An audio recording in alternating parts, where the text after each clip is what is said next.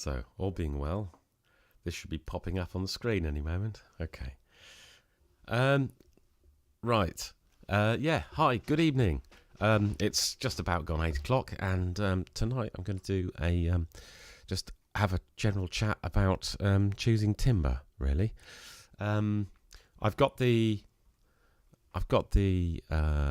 chat visible here, so if any questions come in, I will be absolutely delighted to answer any questions. So just type away.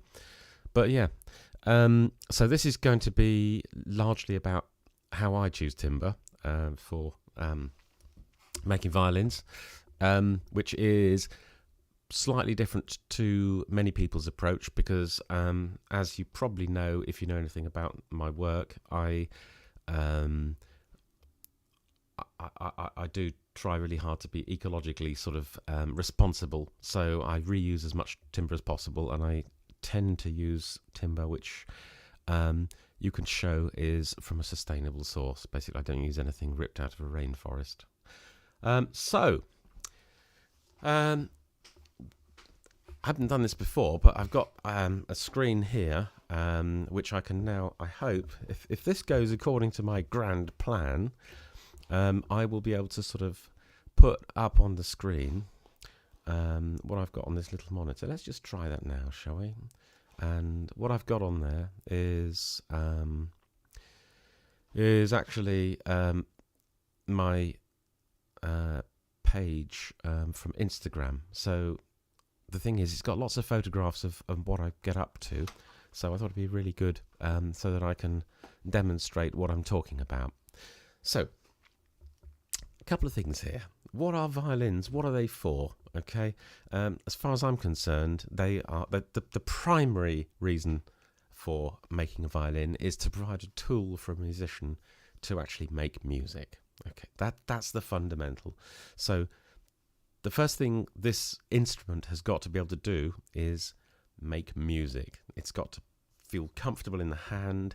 It's got to function in the way that it needs to in order for music to be made. I mean, I don't want to overstress that, but it's really important. On top of that, another part of violin making is you're trying to make an object which people will find very attractive. Ideally, you want the musician to basically fall in love with this instrument. It's going to be something that's held under his or her chin. A lot of the time, it's something that they will practice with a lot. It's something they'll perform with a lot. It's something that will almost, on occasions, feel like an extension of them. I mean, this is so cliched, some of this, but it's absolutely true. And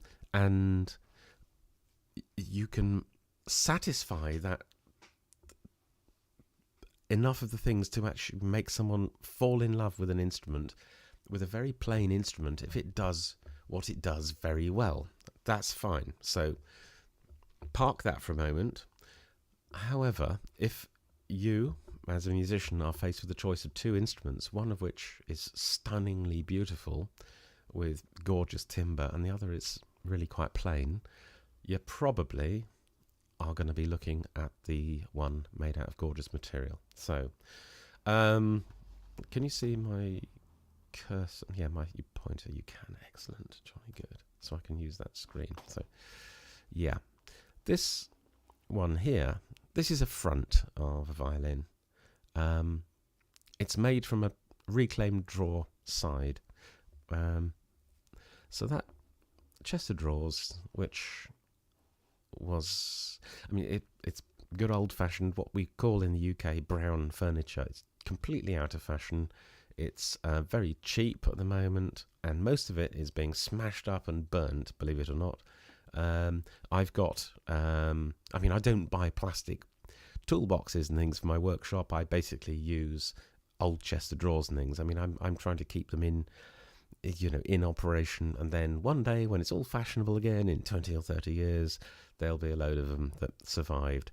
But occasionally I get one in, if I'm hunting around for timber and so on, I'll track one down that's got something fundamentally wrong with it. The feet are fallen off, it's rotten, there's a drawer missing, for example, something which makes it just economically unviable for someone to repair, when the thing, when it's finished, when it's complete, is still only worth, you know, £75 or something.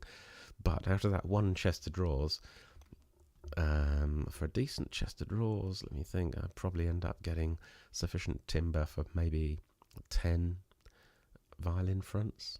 And if you price violin fronts bought in that way, so let's say that probably works out at like £2.50 for a violin front for me, as opposed to anything from £40 up to into the hundreds. That's how I've got this sort of stuff in the workshop. This is a bit of an old chest. This is a draw runner by the look of it. It's a decent section. Beautiful piece of pine. I wonder if you can actually... Yeah, I mean, it's got a much more pronounced grain than would be... That looks like it's visible on screen, unfortunately. There we go. I also realise that you're only looking at the little screen there of me as well. Sorry.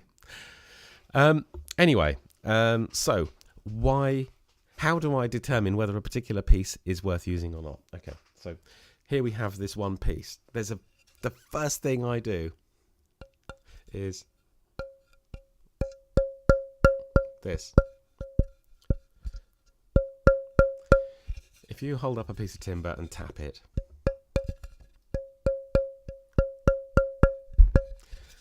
if you can make it ring like that, then you know that the energy that you put into it when you play the violin is not going to be absorbed by a sort of rubbery, soft timber and just disappear. It's actually going to be produced again, and you'll have a nice sounding instrument potentially, subject to doing a few other bits and pieces correctly. Obviously, there are other things I look at. Is the grain fairly straight and true? Is it fairly attractive? Does it have a lot of knots in it?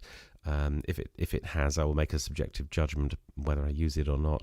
If you've seen that, I have actually done a video about making violin fronts with knots in. That might be worth a quick look.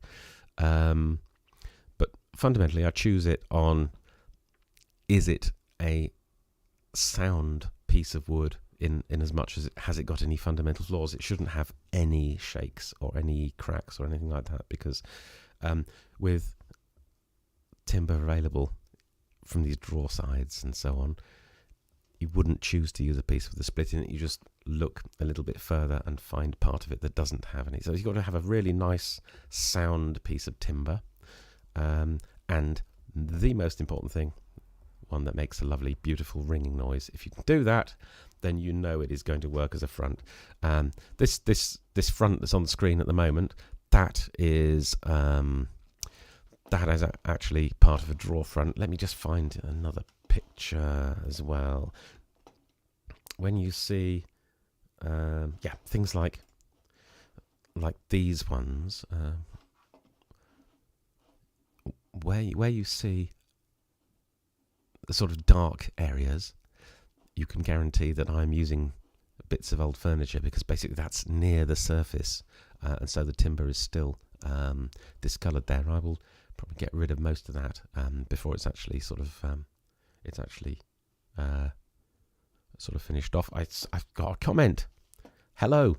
That I'm not sure. Yeah, Pole, I guess the name. Glad you could join me. Fantastic.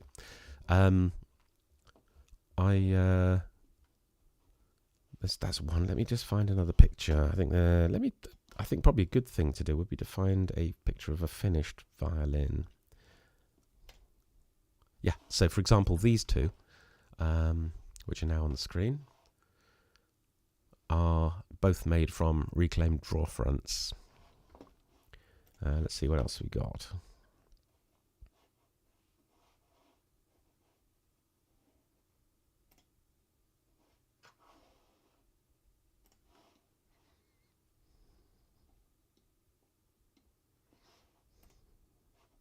And this one, this pair that I've just put up now, one of them is a reclaimed draw front, and the other one is a reclaimed bit of timber from, I believe it was a stair tread. So yeah, that's another good source that I've used in the past.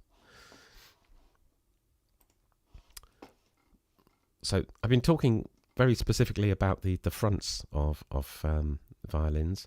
So let's have a look at the back of violins, shall we?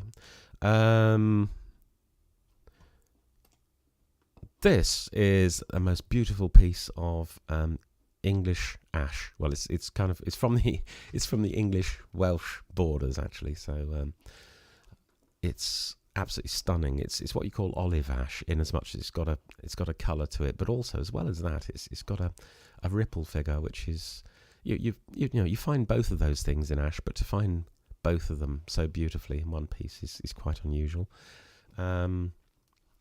So that's a sustainable, sort of locally sourced timber, which produces a lovely sound, and also satisfies the requirement for it being interesting, for the actual sort of owner of the fiddle. It's something really nice to look at, something beautiful to own and for people to look at. So let's find a much plainer one.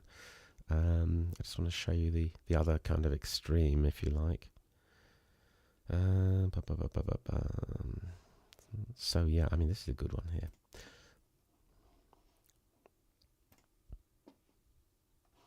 So this one is one of the lightweight violins that I made out of English lime. A really unusual choice for a violin. I made two of them. One of them is sold, the other one is out for trial at the moment. It was very successful, and I actually, again, I sort of chose lime because I was in the timber yard and there was a piece of lime there, and I thought, well, let's have a look. It's really light, and gave it the old tap test, and it was very sonorous. So I kind of thought, okay, we will try it.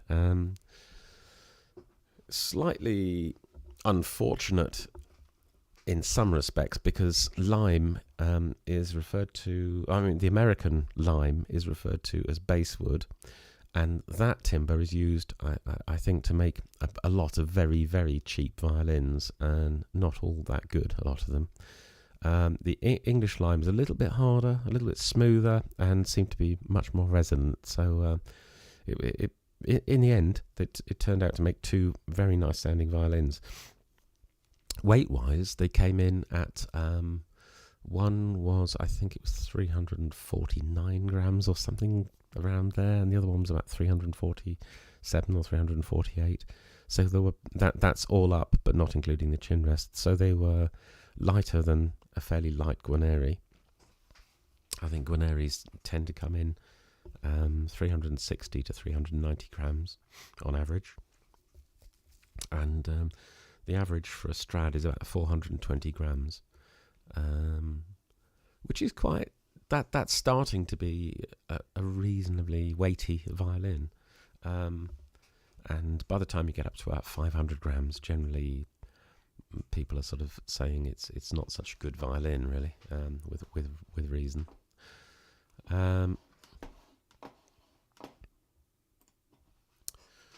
Yeah, so the trouble, the flip side of that, I mean, but basically, you buy a piece of lime to make a violin, and you have made a decision. You've chosen to buy a fairly cheap timber, which you're certain is going to make a good sounding instrument, and that was the case. But then you pay for that when it comes to actually selling it, because you have something which people aren't familiar with, and so there's a bit of uncertainty in the mind of the fiddle player and the violinist, and B, it's not as nice looking, or not as interesting looking, shall we say, as a highly figured piece of timber. So there's sort of pros and cons there. As it happens, I mean, this is really interesting. Case in point, so I've had 2 people come and look at violins over the last week, and I had how many did I have? Yeah, I had 5 violins on the table the first time. One was a figured ash one, 2 were the 2 lightweight lime ones, and 3 were 2 beautifully figured maple ones. And I honestly assumed that the players would end up picking one of the maple ones, or perhaps the ash one. So the first person who came along, who had the widest choice, picked a lime violin and bought it on the spot, which was a revelation. I was absolutely delighted, obviously, because apart from being slightly relieved, because obviously I need to make money selling stuff. That's why I do this. Well, one of the reasons I do this, but it's necessary for me to do this. But it was also an affirmation of my rather eccentric approach to choices of timbre. So anyway, that was that one done. So then the next person came along, and obviously there were 4 violins on the table. 2 maple, lovely figured maple violins, 1 beautiful figured ash violin, and 1 really very plain sort of lime violin with a front made out of an old draw side, like this material, and with very, very simple oil finish on a very plain piece of timber, and that's the one that they have taken away for. That's the one they've taken away for trial, because that's the one they said spoke to them, and playing all of them there and listening to them, I think they probably both made the right choices, in all honesty. So, yeah. What sort of conclusion do I draw from all of this, hey? The sort of people who are coming along to try my violins seem to be more influenced by sound and the effectiveness of the violin as a tool than they necessarily are by appearance. And perhaps they give the appearance a much lower kind of weighting than I thought I expected they would. So I probably ought to be really delighted with that. I was slightly bemused, in all honesty, that it's worked out that way, but it has worked out that way. So that's really rather nice. This is an interesting photo. Let's just pop this on the screen. Hang on a minute. I know what I can do. I just wanted to turn this little image of me off so that you can actually see what I'm talking about. I believe if I hit that there, I should. Nope, that's the wrong one. Oh, sorry. Right hand screen capture. No, it's the left hand. Okay.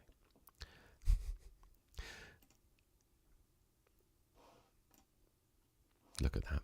It's almost like I know what I'm doing. Almost. Yeah. So this is quite an interesting photo, because we've got one of my ash violins in the front, and then I made a couple of violins out of apple wood. So this one here is actually an apple wood. I wanted to use apple because I live here in Somerset, and apples are a big part of our sort of culture here, if you like. Everything from the sort of cider that we drink through to the apple orchards around the place and what have you. Maybe not so much nowadays as was traditionally the case, but I'm sure they will come back in the future. Let me have a look for other interesting photos that will illustrate what I'm talking about.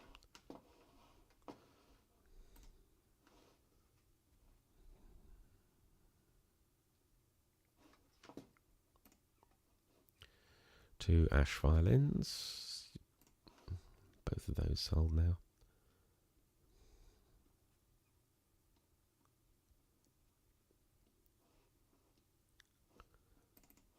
And this is quite a nice photo as well, because it shows the one in the front is it's a sort of traditional maple.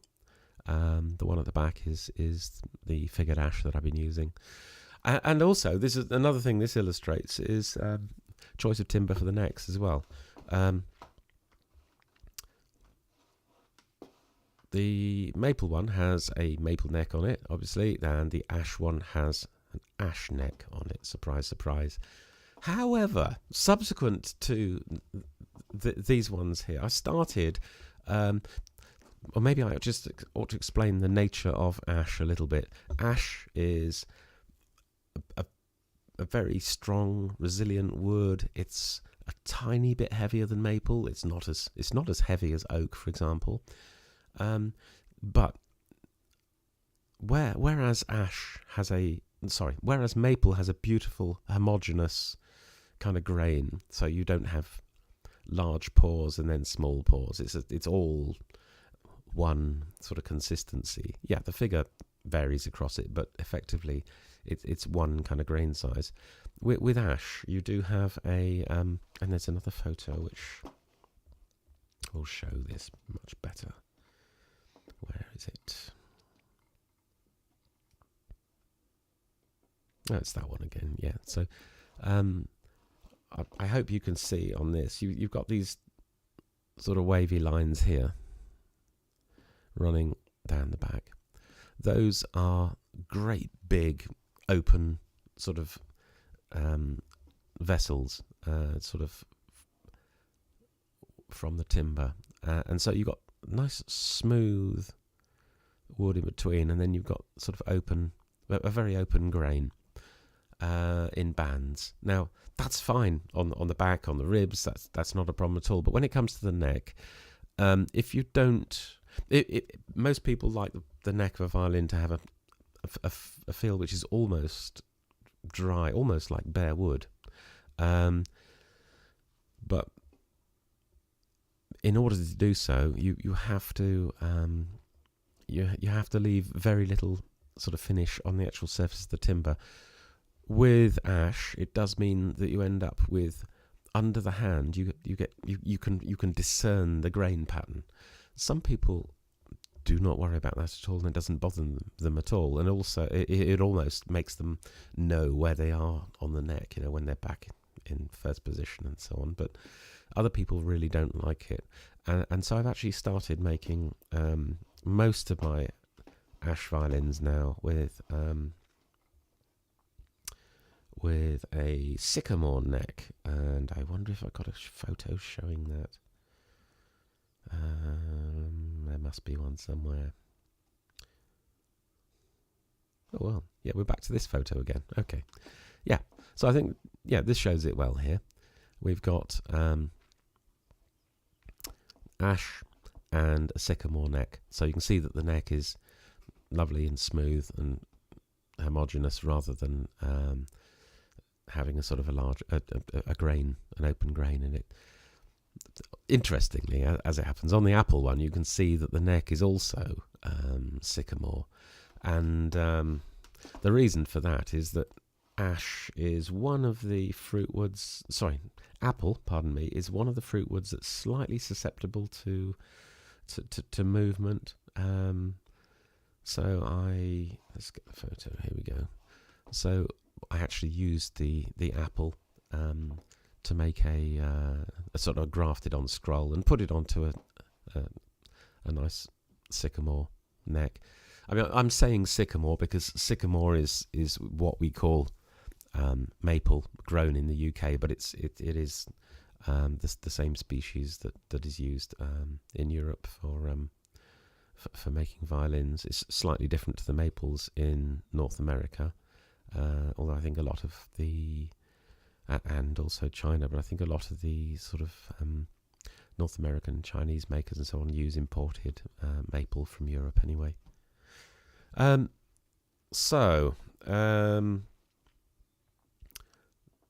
think those are kind of largely the main sort of points, really.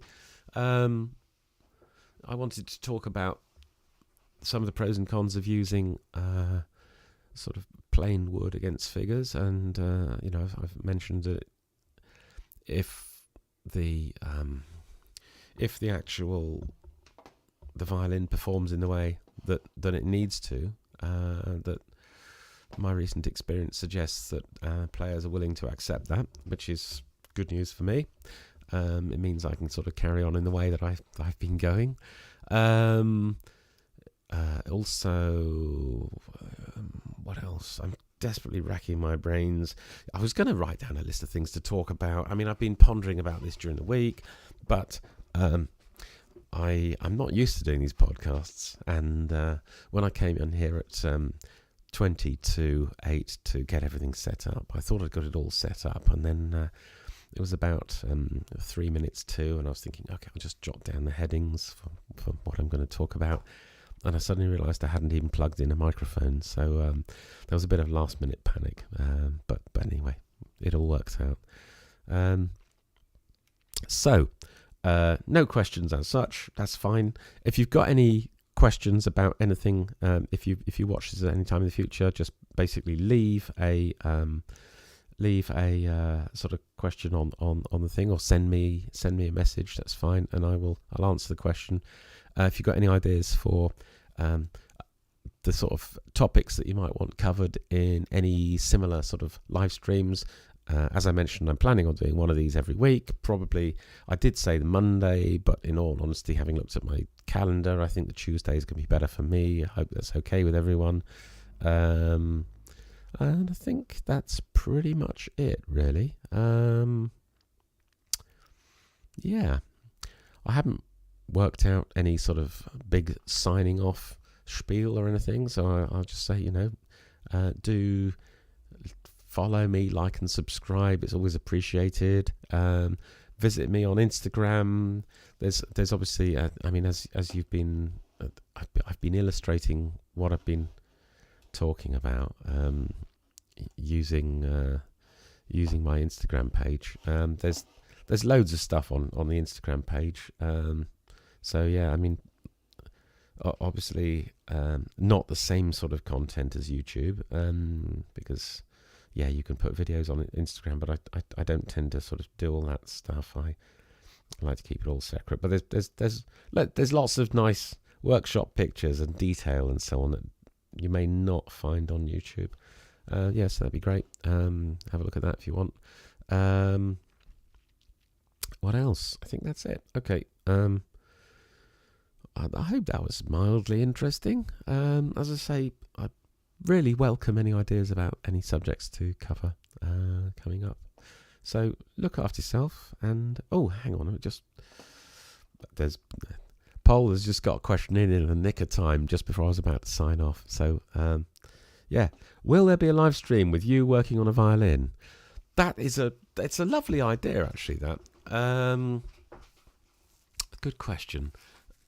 At the moment, I don't have the internet in my workshop, and that was a decision I took because I thought, if I have the internet in the workshop, I'm going to find it really easy to get distracted. So I've kept it in here, which is half office, half lounge, half music. Well, 1/3 each. So partly music room, partly storeroom as well. So it means it doesn't kind of interfere with my work in the workshop. You have a workshop. Can one learn at the workshop in person? Yeah, send me a message, because I do. I have been talking about doing sort of week-long holidays and stuff where people can come along and work on a violin in the workshop. So yeah, if you're seriously interested, then yeah, get in touch, basically. But to answer your original question,